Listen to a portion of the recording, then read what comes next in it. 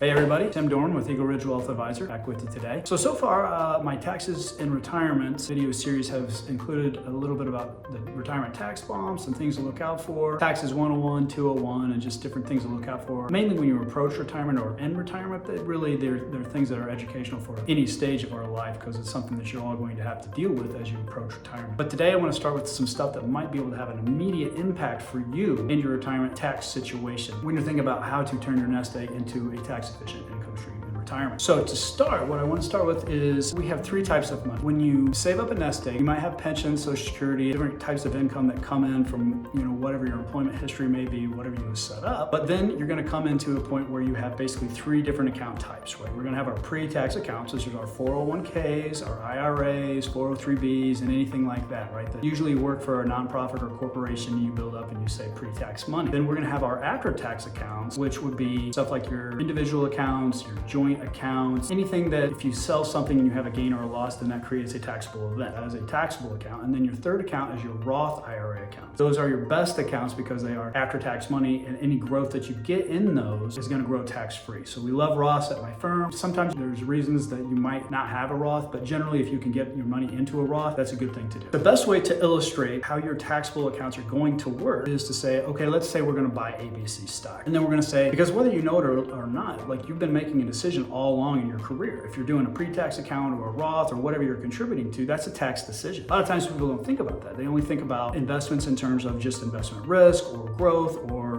fixed income or equities or so on and so forth. But do you lay the tax code on top of your situation? And do you think about where should I hold these specific assets, right? Let's say hypothetically today we're going to buy ABC stock. Well, where do we buy that stock? And why do we buy it? Well, we buy it because we think it's going to go up in value, right? Why else would we buy it? So let's say first of all, we buy it in a pre-tax account. Well, let's say that it goes up and later we decide that we're going to sell. But let's say for hypothetical sakes that it's gone from 10 to 100. Now, if you buy this in a pre-tax bucket or an IRA, when you take that out, that's going to be taxed at your full income tax rates, right? Because you haven't paid income tax on that. And of course, Uncle Sam, he wants his share of the money. So he's like, you're going to get taxed on it, but it's going to be at the rate that you are in retirement. A lot of times people think, oh, we're going to have a lower rate in retirement. Sometimes that's the case, sometimes it's not. But this is stuff that you need to start thinking about. So that's coming back at your 7 bucket or 7 bracket. Remember, our 7 bracket or 7 bucket system is what our regular income is taxed at. And those rates go from 10 all the way up to 37, and it's marginal. So that means that you only pay in that bracket, like you pay 10%, and then only the amount that goes over that goes to 12, and then 22, 24, 32, 35, and 37, and so on and so forth. And of course, recall that our 3 bucket or 3 bracket qualified dividends and long-term capital gains brackets are preferred to our regular income 7 income tax brackets because the rise and run of each bracket is much larger and they're lower rates for much larger amounts of money. And they only go from 0% bracket, a 15%, and a 20% bracket. So they're much preferred to our 7 income brackets that go from 10 all the way up to 37. And the rise and run of each bracket is totally different, but much smaller than our preferred capital gains and